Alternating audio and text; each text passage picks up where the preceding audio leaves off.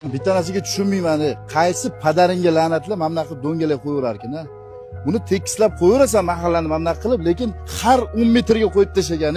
Sal farosat bormi odamlarda? Tushunmayman. Har qadamga qo'yib tashagan do'ngalakni. Qachongacha davom etadi bu? Noqonuniyligini bilib turib ham qo'yadi odamlar. Nima? Nima noqonuniyligi?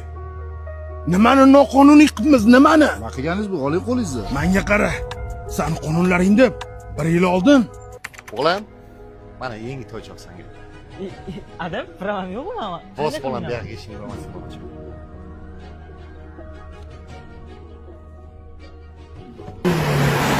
Ada, boshi zo'ru bu.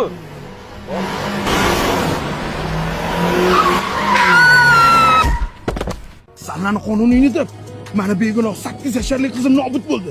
Sanlarni qonuniyni deb. Ayni bandalik ekan. Bandalik? Boyi bolasi o'lsa aza, kambag'allik o'lsa bandalikmi? Ha? Nimaga pravasi yo'q farzandingga mashina berasan? Ha? Nimaga etmaysan? Mahallada sekin yurish qonun qoidalarini o'rgatmaysan? Menga kelib qonun qoidani ishlatasan. Nega? Nega jamiyatni o'zgartirmaysan? Nega?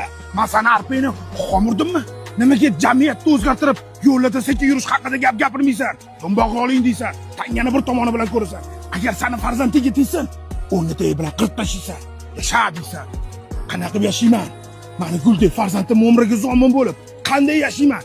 Tangani bir tomonni emas, ikkinchi tomonni ham ko'rgin. Faqat do'mboqlarni qo'yganini gapirmasdan, jamiyatni o'zgartirmasang, hech narsani o'zgartira olmaysan.